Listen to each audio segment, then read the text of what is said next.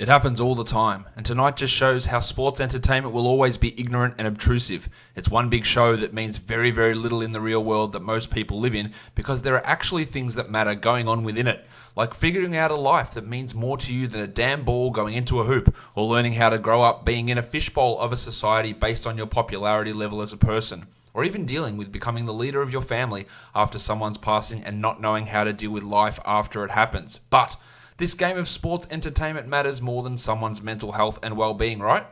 Or the real-life things that happen to people every day, but they still have to perform for the NBA and its fans, right?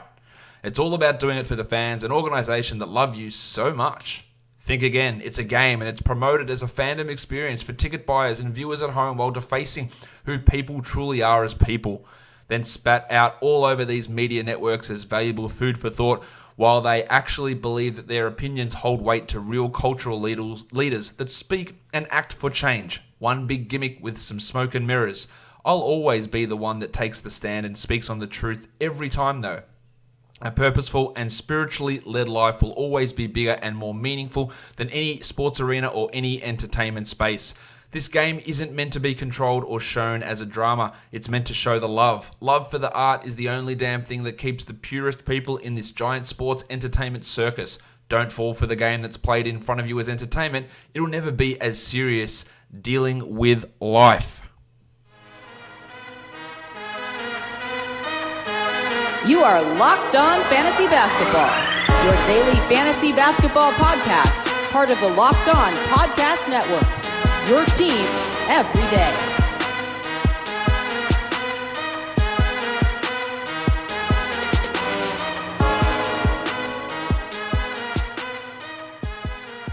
Hello and welcome to the Locked On Fantasy Basketball podcast, brought to you by Basketball Monster. My name is Josh Lloyd, and I am the lead fantasy analyst at basketballmonster.com and at Yahoo Sports Australia. And you can find me on Twitter as always at redrock_bball and on Instagram at Locked On Fantasy Basketball. Today, an absolute monster day in the NBA. 14 games on. Michael Bolton. Let's get to it. Let's get to it. Indeed. So what we're going to do today's show is break down all 14 of these games. No preview, of course, because tomorrow is Thanksgiving or today is Thanksgiving, depending on when you're listening. So you won't be no games on. Simple as that. But I will have a show that comes out before those games, previewing the 13 games for Friday. Just won't be included in today's show. So we're talking all about the action from Wednesday, all of those games. Let's get into them right now. The first one of those games up for us to look at is the Orlando Magic taking on the Cleveland Cavaliers. They beat them 116-104 on the road. Mo Bamba. 1, 2, 3, 4, 5. Looking better. 15 points, 23 minutes, 5 triples. That obviously helps. 4 rebounds, 2 assists, and 2 blocks. The blocks are going to come. This shooting, he was 5 of 5 from deep, is not going to stick.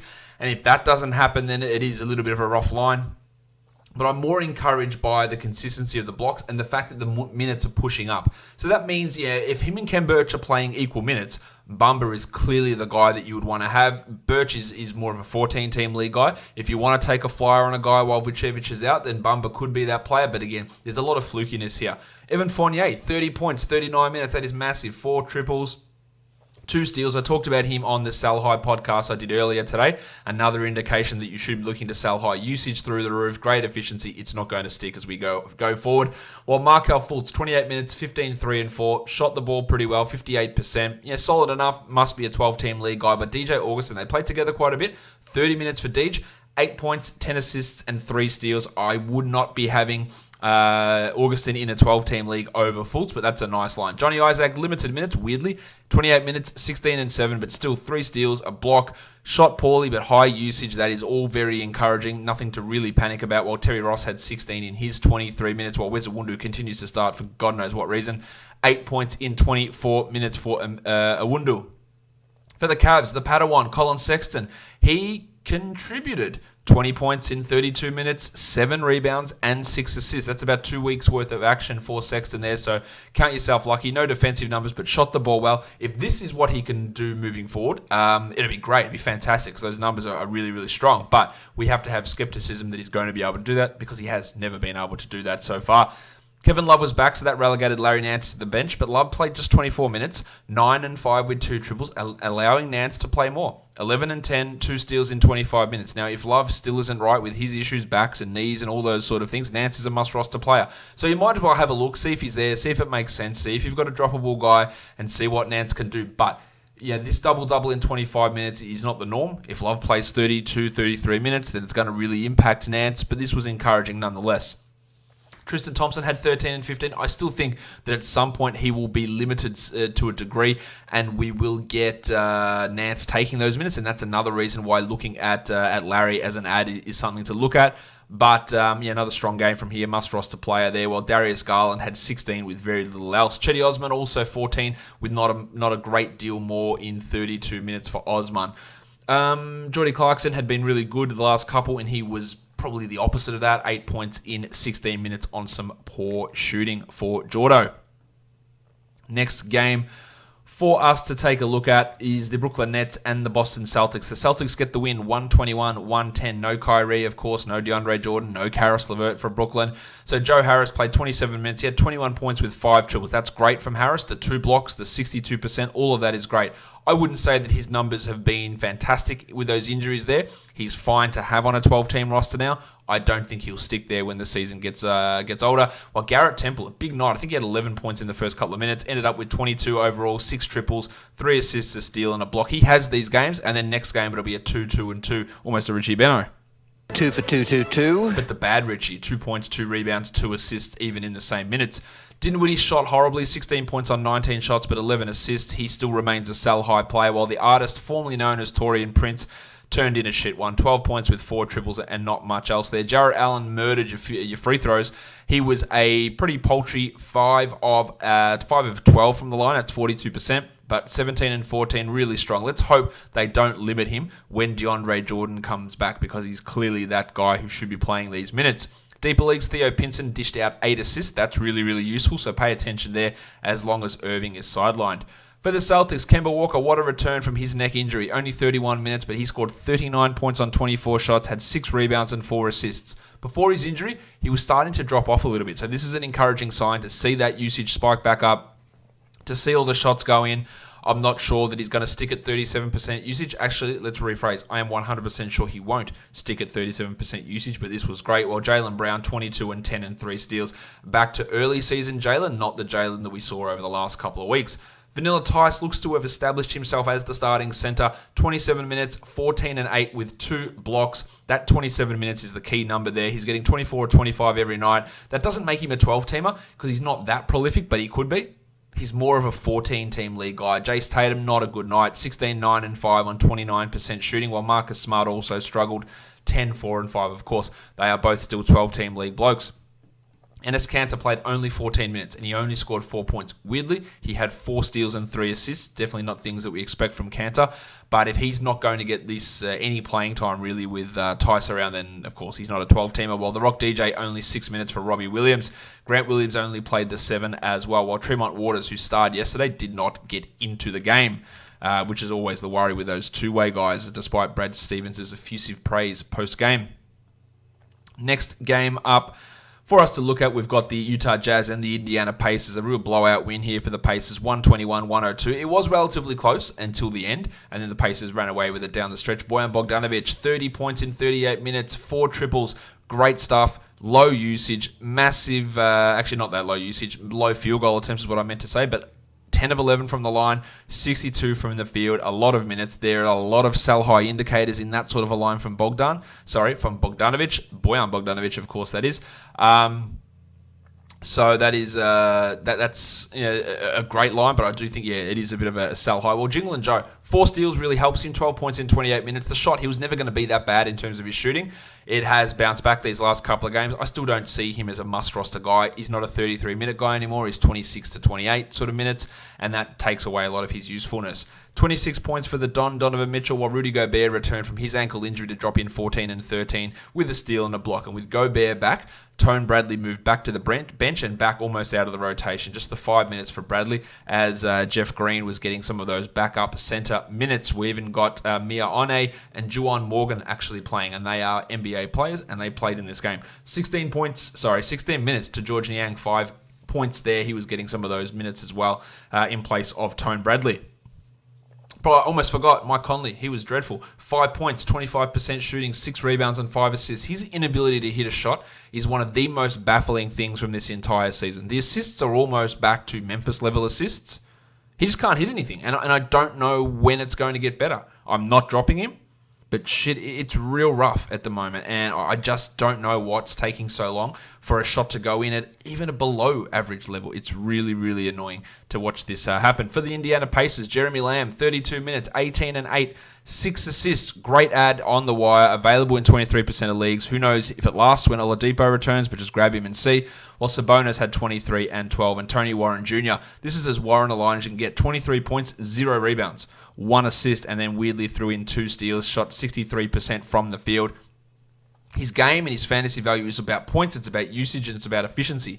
If those things go away when Oladipo returns, I'm not sure he's going to remain a top 100 guy. While Malcolm Brogdon, 22, 4 and 8, and Timothy John McConnell had 12 points with 3 steals. Miles Turner, it's rough, isn't it?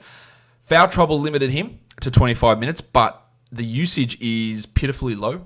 He doesn't get rebounds when he plays next to Domantas Sabonis. Thank God he's still blocking shots. 3 blocks here. Because if they go away, man, he's maybe not even a 12-team league guy if that happens. Now, it's not going to happen, but it could.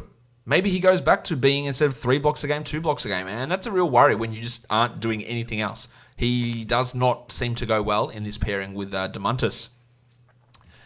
All right, that's it for that game. Let's move on to the next one.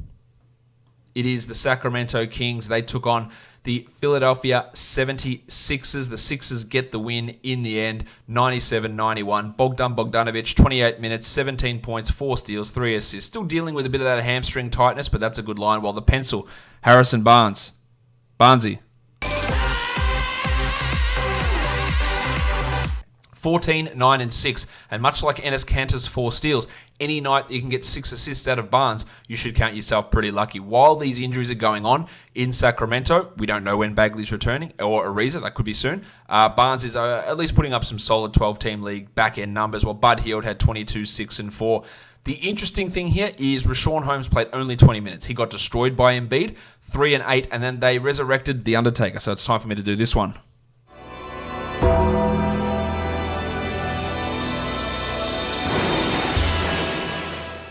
Those 20 minutes for Richaun Holmes is not a sign to drop him. If anyone drops him, please go and add him. It might be a buy low opportunity. And this is also, conversely, not an opportunity to add Dedmon, who had 18 in 23 minutes with 6 rebounds. Now, I've said all along, trusting Luke Walton's center rotations can be tough.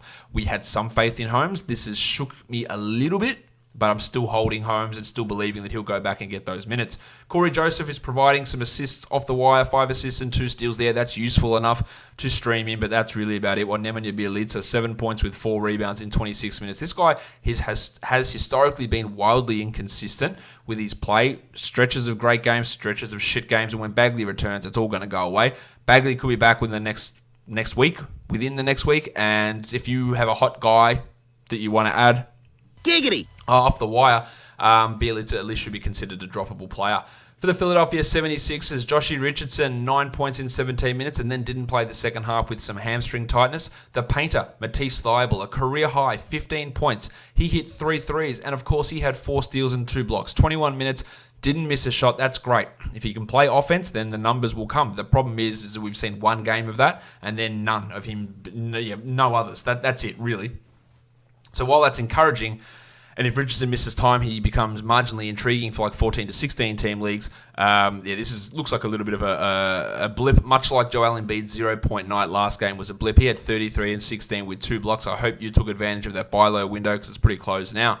Simmons had 10 and 14 with 5 assists, while Horford 12, 7 and 5. Solid nights from all of those guys, while Toby Harris was off 14 and 6 in his 33 minutes. Furkan Korkmaz is struggling in his role. Wouldn't be surprised to see Thybulle at least take some of those minutes away. 21 minutes for Korkmaz for 2 points. Not a lot happening there.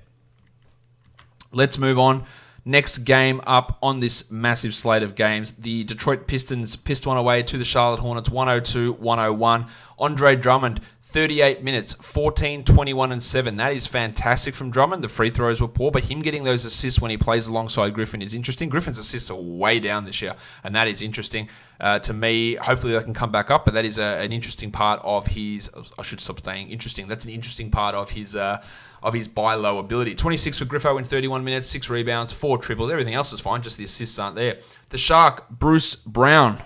Baby shark, do do do do do. 8 points in 23 minutes, a steal and a block. Should be rostered in more leagues. Not a 12, not a 14, but more of a 16-team league guy. While Rose had 13 and 8 in his 25 minutes. The efficiency wasn't quite there. His ceiling is obviously limited by the minutes, but he can at least be a back-end 12-teamer. The Duck, Luke Kennard, 16 points with very little else. He's getting close to a drop. He's not quite a drop, but he's getting really close with the way that things are running. While Tone Snell returned, he came off the bench. He had 0 points in 20 minutes with 3 rebounds, just like old times.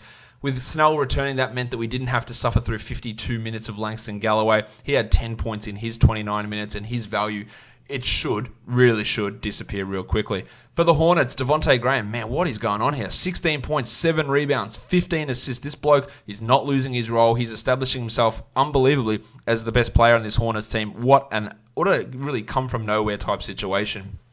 With Cody Zeller out, Bismack Biyombo started, 19 and 9. 2 blocks on 73% shooting. Now that is a surprise, to be sure, but a welcome one. He'd been cutting into Zeller's minutes a little bit before this, not really providing this level of value, but enough where we could at least look at him. That is an eye-opener. I don't think it means he's going to start over Zeller, but I think he'll probably be in the rotation. Paul Washington Jr., really early fouls, limited him to 21 minutes.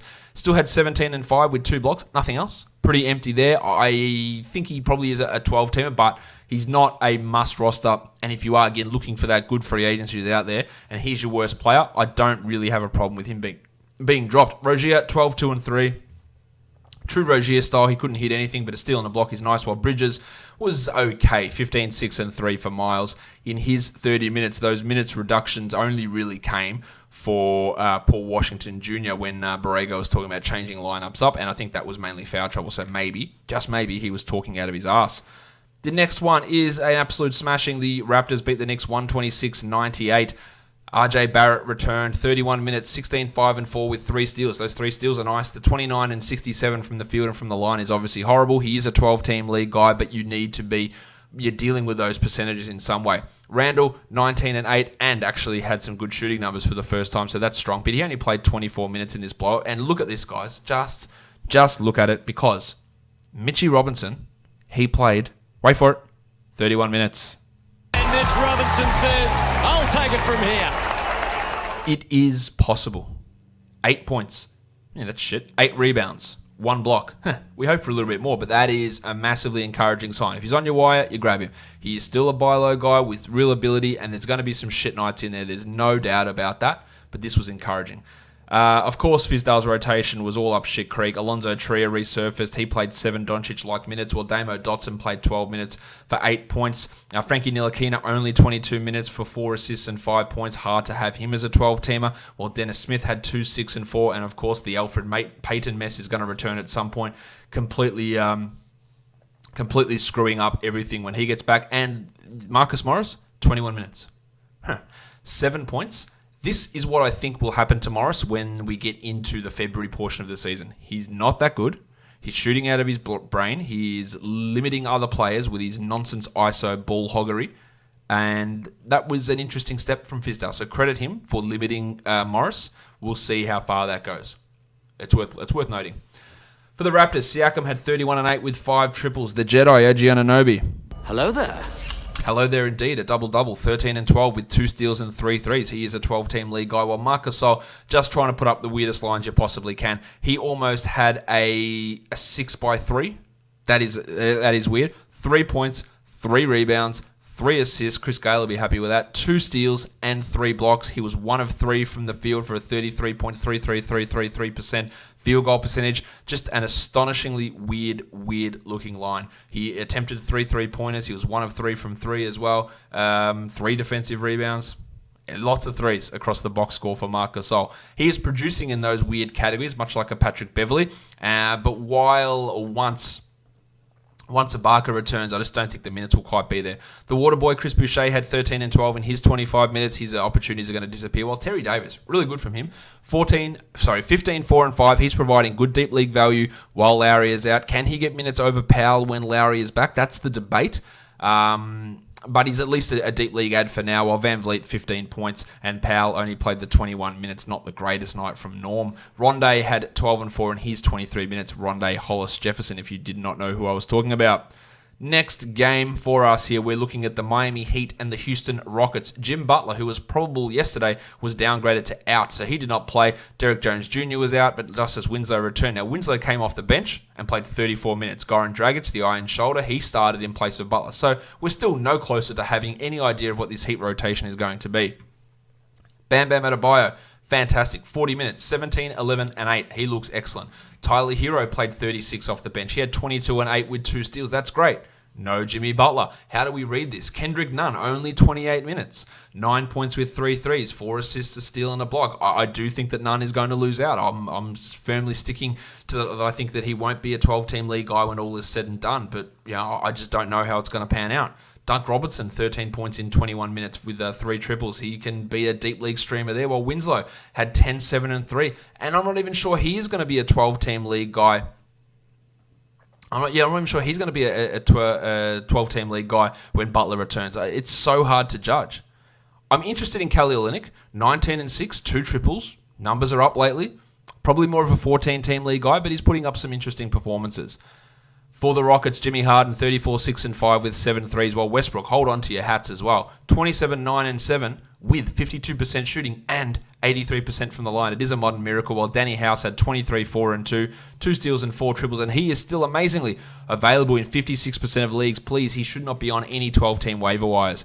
PJ Tucker dropped in the steals. That's why you have him, not for anything else, so you're happy with that performance. While with Clint Capella out, Tyson Chandler started. He played 8 minutes, but it was the Comet, Gary Clark, who stepped up. 29 minutes for Clarkie, 12 and 8, a steal and a block. This bloke hadn't even been in the rotation at all, so he jumped ahead of Chandler and Hartenstein to get these minutes. I am not reading anything into it.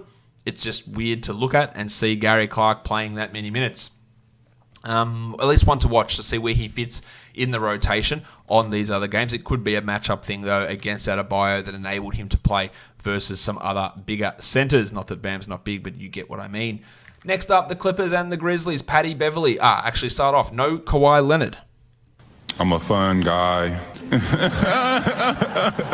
6 points in 34 minutes for Beverley, 7 rebounds, 11 assists, 1 steal, 2 blocks, 2 triples. He is a 12-team league guy who is available. Of course, the points and field goal percentage is going to be a struggle, but everything else is good. While the Beatle Paul George dropped in 22 points, Lou Williams had 24 with 13 assists, and the table Montrezl Harrell had 24 and 10. All of those guys getting a boost with the absence of Leonard in this one.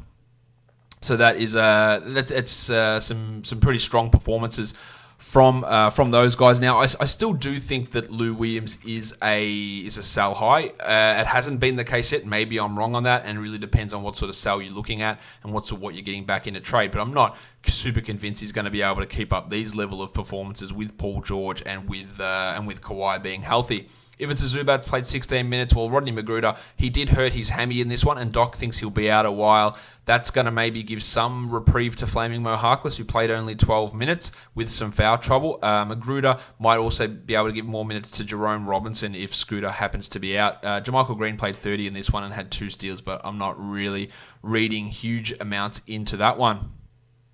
All right.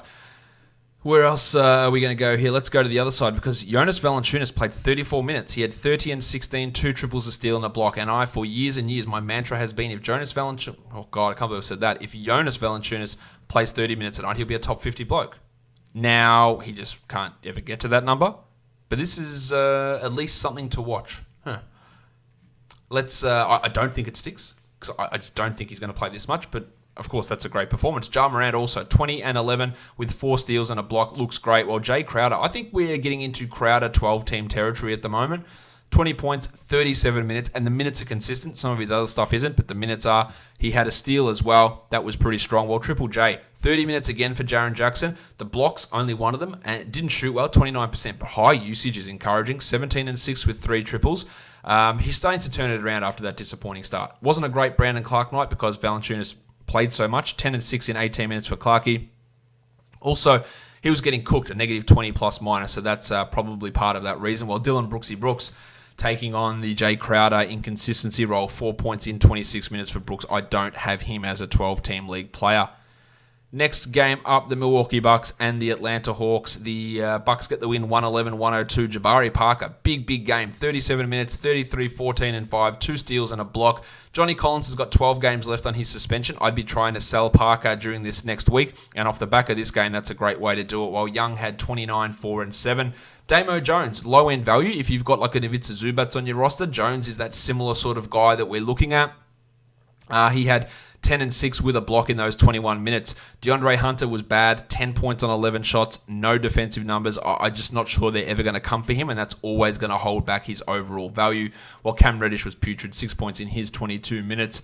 And Evan Turner, solid enough with the 3 blocks, but that, of course, is a massive outlier. For the Bucks, Bledsoe, 9 points, but 10 assists, 2 steals, and 2 blocks. While Gianni Antetokounmpo had 30 and 10. That's great. 4 assists, 4 blocks. We love that, but 5 of 13 from the line. How is this bloke so bad at this? How has it gotten to this point?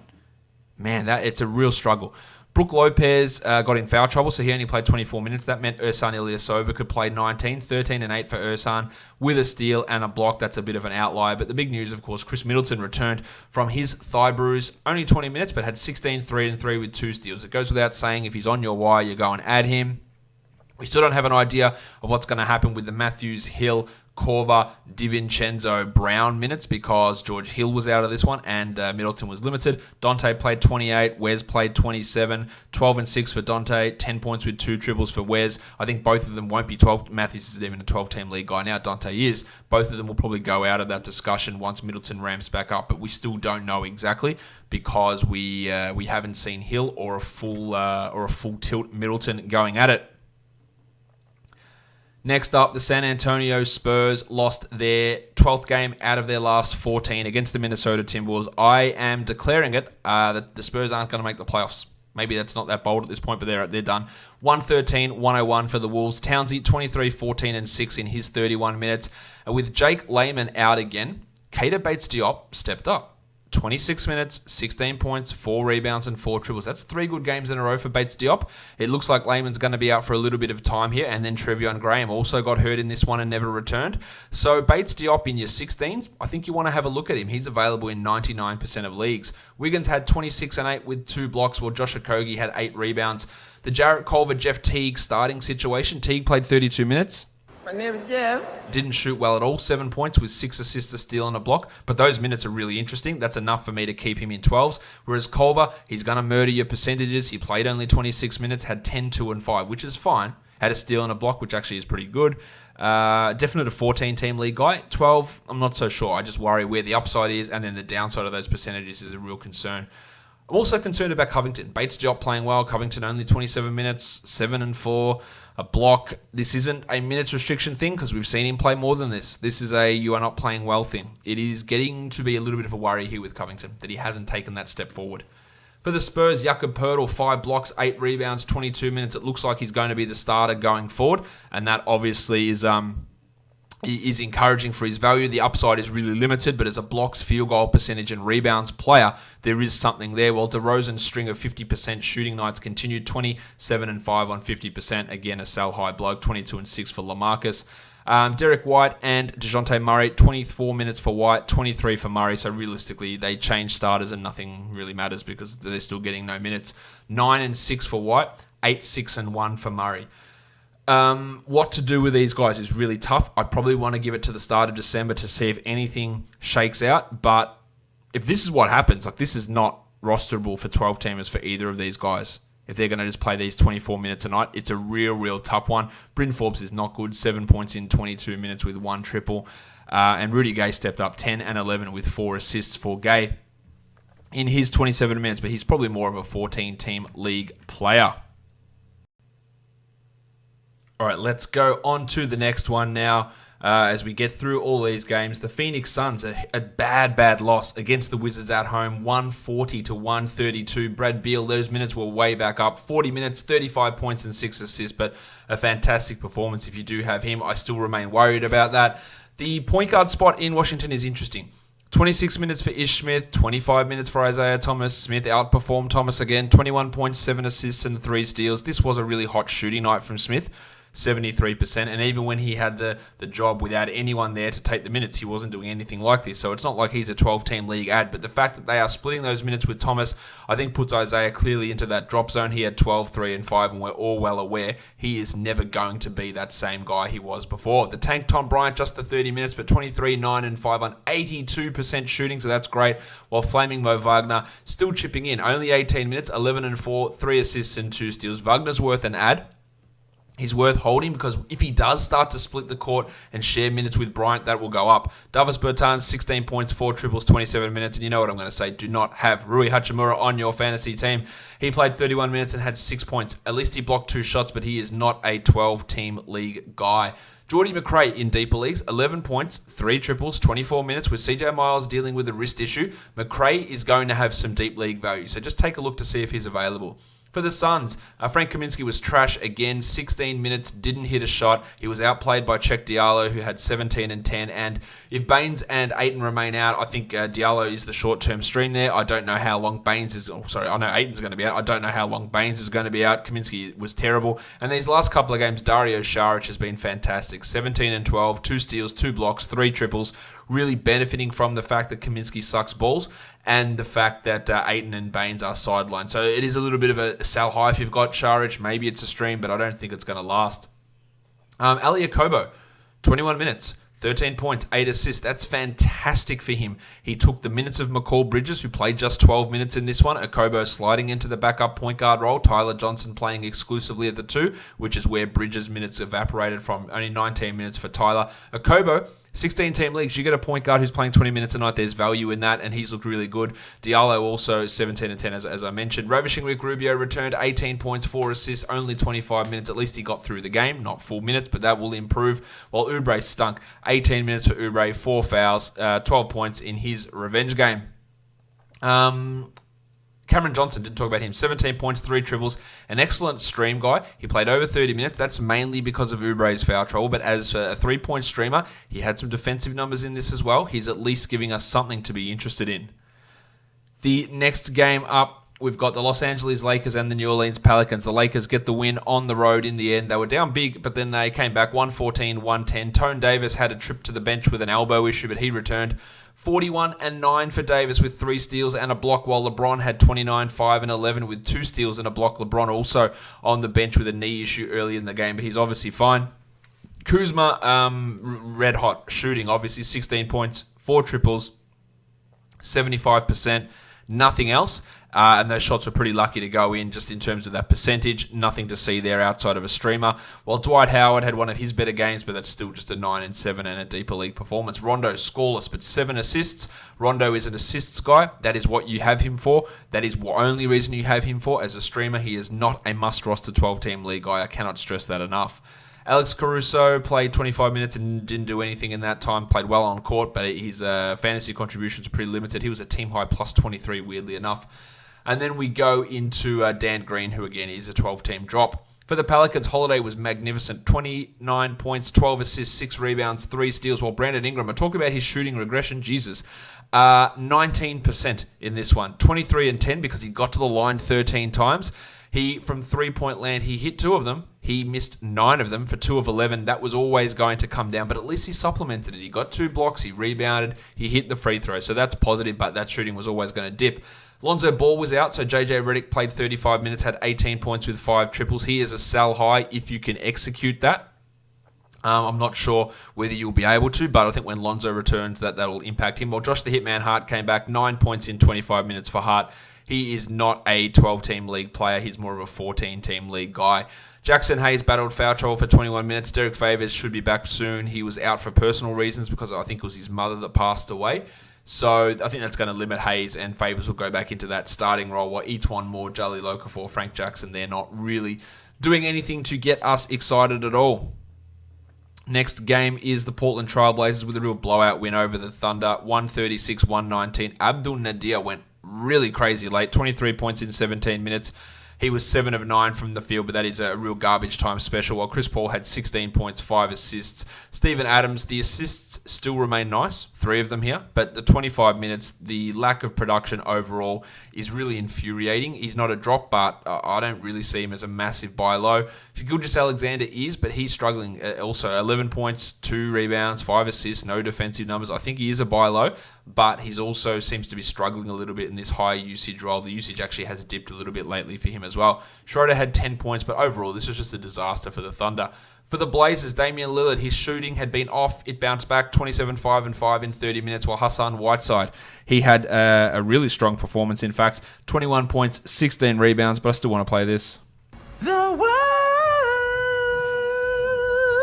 He hit all 5 of his free throws, which is important to note also for Whiteside, and that's great. If he can continue to hit them at a good rate, that helps him. McCollum also shooting well, 22, 2, and 4, while Melo had 19 points on 82% shooting. Of course, that's unrealistic. He had 4 rebounds, 2 assists, didn't hit a 3, or have a steal or a block. He remains a 14 to 16 team league guy, not a 12 team league player in my opinion, while Rocket Rodney Hood chimed in with 14 points and 4 triples. Similarly, Hood is a 14 team league guy. Anthony Simons also got some scoring done late, 14 points on 14 shots at the end of the game. Again, not something that we can really use too much there. He just isn't going to get those opportunities with this team at the moment. All right, on to the last game of the day, of course. Those embarrassing Chicago Bulls go down to the Golden State Warriors 104-90. Zach LaVine put up some numbers, 36 points in 36 minutes, 5 rebounds, 5 assists, 2 steals, 2 blocks, shot the ball well. A fantastic night from LaVine, who struggled last week but has been really good since then. While Tomas Satoransky, this is what he needs to play these minutes every night. I don't understand. Well, actually I do, because Jim Boylan is quickly becoming, if not already is, the worst coach in the NBA. And I think by the time that we are back from Thanksgiving, he'll be fired. 19, 7, and 7 for Satoransky, 3 triples and 2 steals. He should be added in all leagues at this point, because if a new coach comes in and realizes, you know what, these other blokes are garbage, Satoransky needs to play. He should be added. It was a poor start to the season, but this is encouraging. Speaking of poor starts to the season, Lauri Markkanen in 25 minutes, 8 points, 4 rebounds, 3 assists. I am holding. Still, just, barely, but man, he is trash. He is so not good at this point. And you have to think, because we've seen 2 seasons of him being good. Like, not great. I don't think he'll ever be great, but being good. And that's not there. It's just gone. I have to think that oblique injury is really bothering him. It's sapped his confidence. It's sapped whatever, his shooting ability. It's all gone. At some point it will come back, but it is pretty rough. We got 9 minutes of Luke Cornett, again, because Jim Boylan's the worst coach in the NBA. Wendell Carter played 31 minutes, had 8 and 9, got into some foul trouble, not his best night, while Chandler Hutchison got injured in the first 2 minutes of the game. Shaq Harrison started for him the second half, only played 6 minutes. Big Shaq. Archer Giacomo played 13 minutes. Chris Dunn fouled out in 19. Kobe White couldn't hit a shot, 0 of 7. Just a real disaster from the coaching, from the players, from the front office. This team is a shit show of the highest order. For the Warriors, Marquise Chris again with a big night. 11 and 5, 4 steals and 2 blocks. The Wizard, Omari Spellman with a big night. 13 and 11 with 2 steals and 3 blocks. And this was with Draymond Green back. Now, Kevon Looney returning is going to have an impact on that. But for now, in 14s and 16s, these guys are putting up numbers and they're doing it pretty regularly. That's impressive. Alec Burks was shit last game, but he was strong here. 23 and 10 with 7 assists. He is wildly inconsistent. We know that. While Russell is out, he does have some short-term 12-team league value. While with Draymond back, the lubricant Kai Bowman moved to the bench. 28 minutes, 5, 3, and 3 for Bowman. Probably when Russell goes, he's cooked. He'll get a 10. He probably is a drop at this point. Greene only played the 22 minutes, 7, 4, and 8 with 3 steals and a block, so that's okay. While the triangle Eric Pascal, 25 and 7, not much else, but really hyper-efficient shooting. Good scoring night from Pascal, who's on the fringes of 12-team formats as we move forward. The little dog was big last game, Glenn Robinson. Not so much here. Just 11 points with 2 threes. And the 2 steals are nice, but we talked about him and his inconsistency and how we know all those things do tend to go hand in hand. Let's look at some injury news now.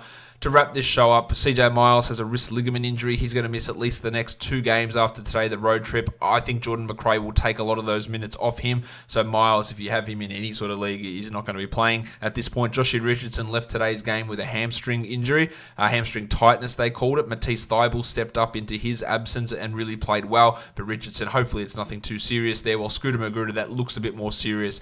He pulled a hammy. Doc thinks that he's going to be out a while. I don't know if it'll be a Shabazz Napier ruled doubtful for 10 games in a row a while, but I would say 3 to 4 weeks would be my guess here for Magruder. That gives a chance for Jerome Robinson, for Terrence Mann to step up into his 20-minute-a-night role. Hutchison, as I mentioned today, he hurt his shoulder. Otto Porter's already out. There's no small forwards. It's going to have to be Big Shaq and Archer Giacono stepping into those minutes, while Trevion Graham banged knees and did not return for the Timberwolves. That gives some hope for someone like Keita Bates-Diop in those deeper leagues, and especially if Jake Layman remains sidelined. But the Wolves don't play again until Sunday, I believe. That'll do it for me today.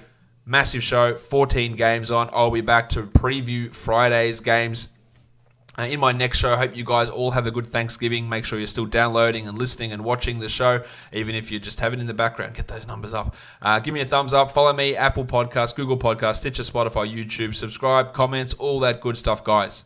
We are done here. Thank you so much for listening, everyone. See ya.